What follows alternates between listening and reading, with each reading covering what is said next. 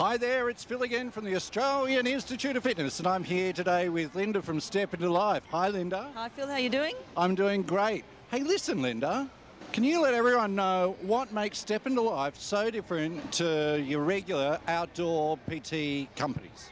Sure, I'd love to tell you about that. I guess what makes us so different is that there's a lot of people out there that you probably see these days as you go past the parks that are doing outdoor fitness, but a lot of them are not doing personal training, and that's the biggest difference. Our trainers are definitely doing personal training, and the main things that allow us to do that is that because we have software and systems that we give to the franchisees to support them, they can give them personalised fitness tests, they can give them fortnightly performance reports. We've got our own personal training diary as well.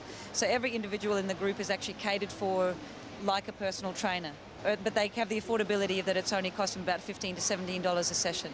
So great. That's the main difference. So that's a huge difference to just normal outdoor group fitness. Yeah, it is, and I think that's the thing you also have to think about is that what I also see with a lot of outdoor fitness groups as well is that they don't seem to have a lot of variety.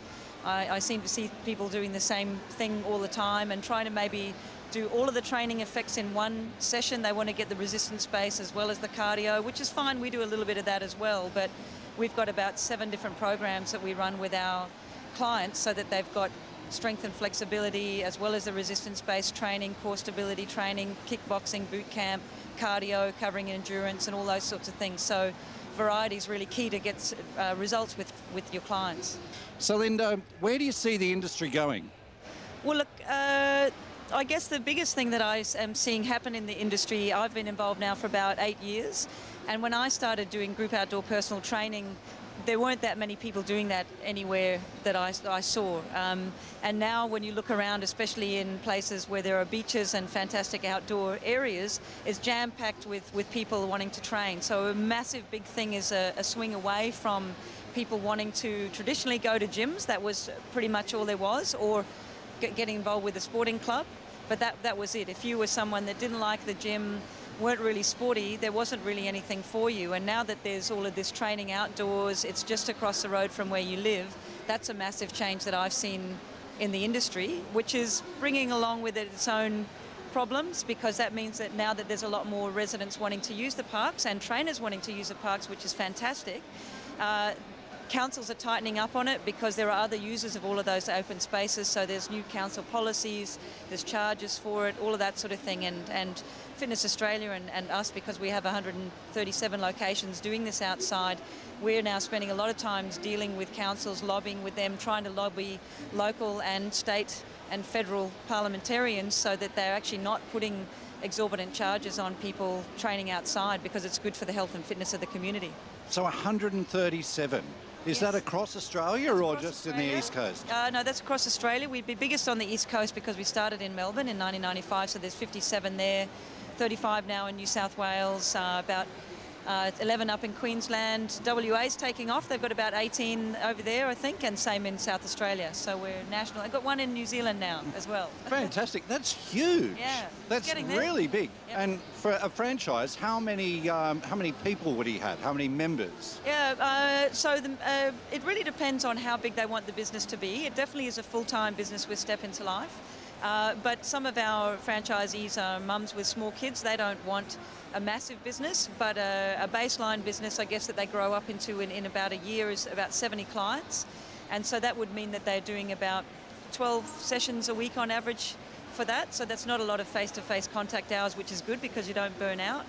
And then we've got other franchises that have, say, 17 sessions on their timetable to cater for up to 137, that kind of is the largest franchise in terms of numbers that we have.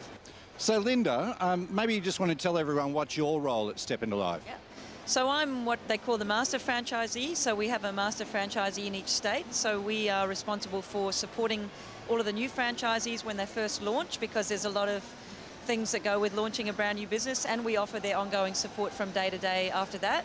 So there's a lot involved in that support role, especially when they're brand new, because they're quite often new to the industry, not a lot of PT skills. So we spend a lot of time on training on that.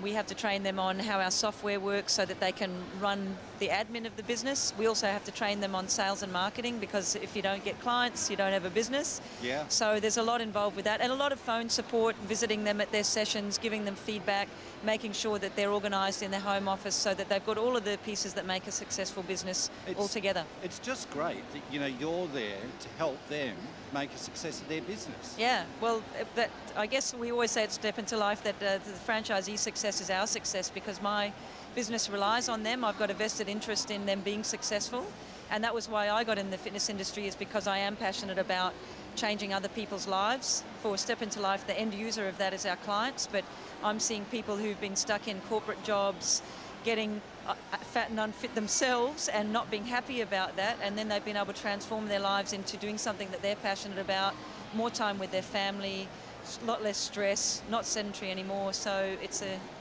great. I love seeing the success. Can you tell me why people would want to get involved with Step Into Life as a franchise? Sure. I guess one of the big things is security, because there are a lot of people that do want a successful business in the fitness industry. And there's a massive dropout rate, and we get statistics from the Franchise Council of Australia as well. They look at people who go into business on their own and people who take on a franchise with the support and the structure. And 90% of people who go out on their own, their business fails in the first 5 years. Wow. So getting involved in a franchise is a way to have a lot more security, especially because a lot of our franchisees are walking out of a full-time job and they need to get their business growing quickly. So the security of the systems and the support from people who've been doing it before, and we've been doing it for 15 years, so we're experts in what we do. I had to run my own Step Into Life franchise myself, ran that for 6 years, so I know what it's like at the coalface with the clients, so I can give fantastic support to the franchisees. That's great. Okay, finally, and thanks so much for spending time with us today, what key advice could you give our listeners out there? Yeah, I guess there's a couple of bits. I mean, there are a lot of different ways that you can go in the industry, and you do have to find the one that's right for you.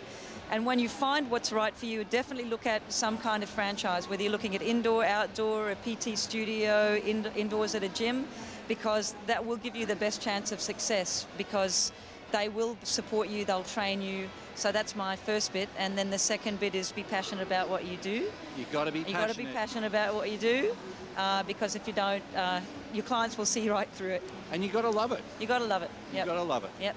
Okay. I love it. You love it. We love it. Thanks very much, Linda. You have a great Filex and Fitness Expo. See you next time. Thanks very much, Phil. Bye.